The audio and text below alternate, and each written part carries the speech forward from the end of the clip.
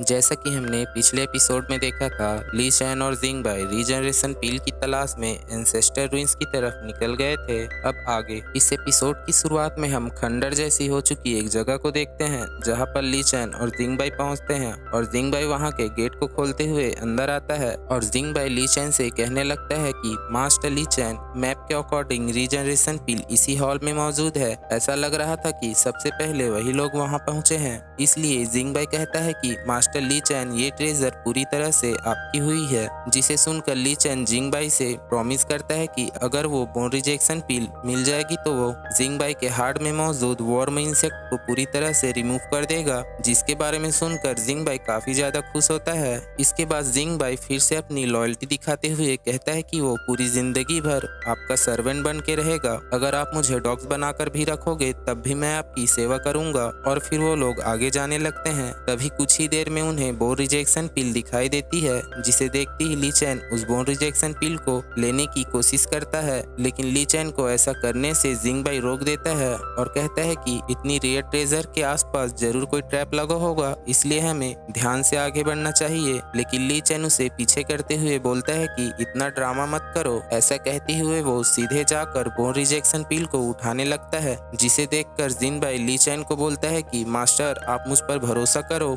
लेकिन ली चैन ज्यादा नहीं सोचता और सीधे जाकर उस बोन रिजेक्शन पिल को उठा लेता है। जिंग बाई से काफी ज्यादा डर जाता है और वहां पर छुपने लगता है। लेकिन हम देखते हैं उस पिल को उठाने से कोई भी ट्रैप एक्टिवेट नहीं होता है और फिर ली चैन को पिल मिलते ही वो काफी खुश हो जाता है और बोलता है कि अब अंकल किन की जान बचाई जा सकती है। हालांकि जिंग बाई को ये बात अजीब लगती है कि इतनी आसानी से उन्हें ये ट्रेजर मिल कैसे गया। और फिर वो ली चैन को बोलने लगता है, मास्टर, आप सच में डेस्टिनी के चुने हुए बच्चे हो। तभी वहां पर एक मिस्टीरियस लेडी की एंट्री होती है। वो ली चैन की हाथों से बोन रिजेक्शन पिल को छीनने की कोशिश करती है, लेकिन ली चैन पीछे जंप करते हुए बच जाता है और इस लेडी का नाम डियान होता है। और फिर वो मुस्कुराते हुए कहती है, छोटे, आखिरकार मैंने तुम्हें ढूंढ ही लिया। ली चैन हैरान होकर पूछता है, अब तुम कौन हो? लेकिन वो लेडी ली चैन की बातों की जवाब नहीं देती और फिर डियान फ्लर्ट करते हुए ली चैन को अपने पास बुलाने लगती है। लेकिन ली चैन उस पर बिल्कुल भी ध्यान नहीं देता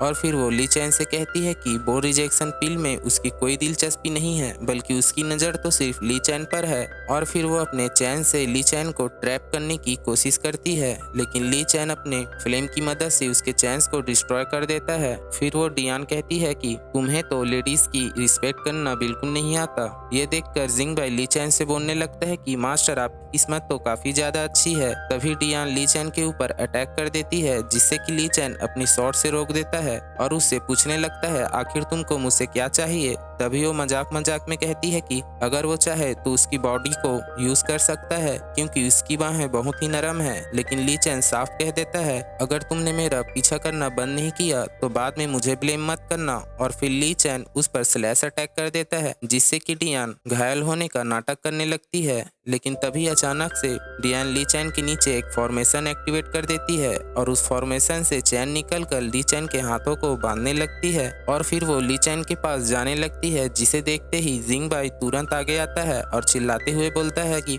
मेरे मास्टर से दूर रहो। अगर तुम में हिम्मत है तो मुझसे बात करो। तभी वो लेडी जियांग की गंदी हरकतों को देखकर एक थप्पड़ मारती है, जिससे कि जिंग बाई काफी दूर जाकर गिरता है। फिर ली चैन उससे पूछता है कि आखिर तुम मुझसे क्या चाहती हो? और फिर वो ली चैन के बॉडी से निकल रही सोलो रीजन की खुशबू से अट्रैक्ट होने लगती है। तभी ली चैन को पता चलता है कि वो लेडी एक आर्टिफैक्ट स्पिरिट है। फिर डियान हंसती हुई कहती है, तुमने सही कहा। फिर वो ली चैन की बॉडी से सोलो रीजन को एब्जॉर्ब करने लगती है। तभी हम देखते हैं कि ली चैन काफी ज्यादा कमजोर हो जाता है और उसके हाथों से तलवार भी छूट जाता है। तभी उसकी स्वॉर्ड से विल्डिंग बाहर आ जाती है और ली चैन को उन चैन से आजाद कर देती है और अपने पास ले आती है और उस लेडी पर काफी पावरफुल अटैक करती है, जिससे कि वो लेडी नीचे जाकर गिरती है। तभी वो लेडी विंडलिक को देखकर बोलती है, ये कोई नॉर्मल स्पिरिट नहीं है। अब उसे पता चलता है कि ये अपर रेलम से आई हुई स्पिरिट है, जिसे देखकर वो काफी ज्यादा हैरान होती है। तभी उसे पता चलता है कि विंडलिंग सुप्रीम टीयर आर्टिफैक्ट स्पिरिट है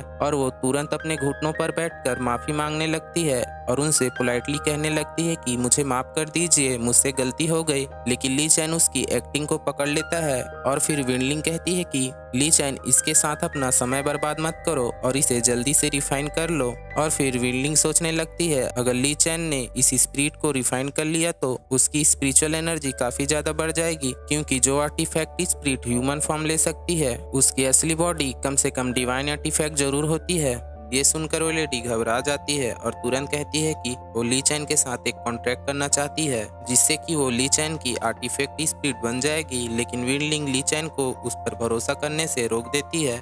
शुरुआत में ली चैन को उस पर भरोसा नहीं होता, क्योंकि अगर वो कॉन्ट्रैक्ट के दौरान धोखा देती है तो ली चैन प्रॉब्लम में फंस जाएगा। लेकिन वो लेडी अपनी लॉयल्टी साबित करने के लिए ली चैन के साथ वादा लेती है कि अगर वो ली चैन को कभी धोखा देती है तो हेवन और अर्थ उसे डिस्ट्रॉय कर दे। और जैसे ही कॉन्ट्रैक्ट पूरा होता है ली चैन की ताकत काफी ज्यादा बढ़ने लगती है और वो सीधे फाउंडेशन स्टेबलेट के 8वें लेवल तक पहुंच जाता है। अब डियान मुस्कुराते हुए उससे कहती है कि आगे से मेरा ख्याल रखना। ली चैन भी वादा करता है कि वो उसे सोल ओरिजिन की एनर्जी देता रहेगा। इसके बदले में डियान उसे एक टेक्निक देती है और इस टेक्निक का नाम सन शूटिंग होता है। इसके बाद डियान थक कर सोने के लिए ली चैन की सोलसी में चली जाती है और जाते जाते ली चैन को याद दिलाती है कि उसे भविष्य में कियानू केव में जाकर उसकी असली बॉडी को हासिल करना होगा। तभी ली चैन को चिंता होने लगती है कि कहीं इससे डियान की शक्ति खत्म न हो जाए, लेकिन वेंडलिंग उसे बताती है कि अब दोनों की स्पिरिचुअल एनर्जी एक दूसरे से जुड़ चुकी है और इससे दोनों को फायदा होगा। हालांकि ज्यादा फायदा ली चैन को मिलेगा क्योंकि उसका सोल ओरिजिन बॉडी हर तरह की एनर्जी को अपने अंदर रिफाइन कर सकती है। लेकिन तभी अचानक विंडलिंग को खतरनाक किलिंग इंटेंट महसूस होती है। वो ली चैन को केयरफुल रहने के लिए बोल देती है और वहाँ पर एक बंदा आता है जो बोल रहा था कि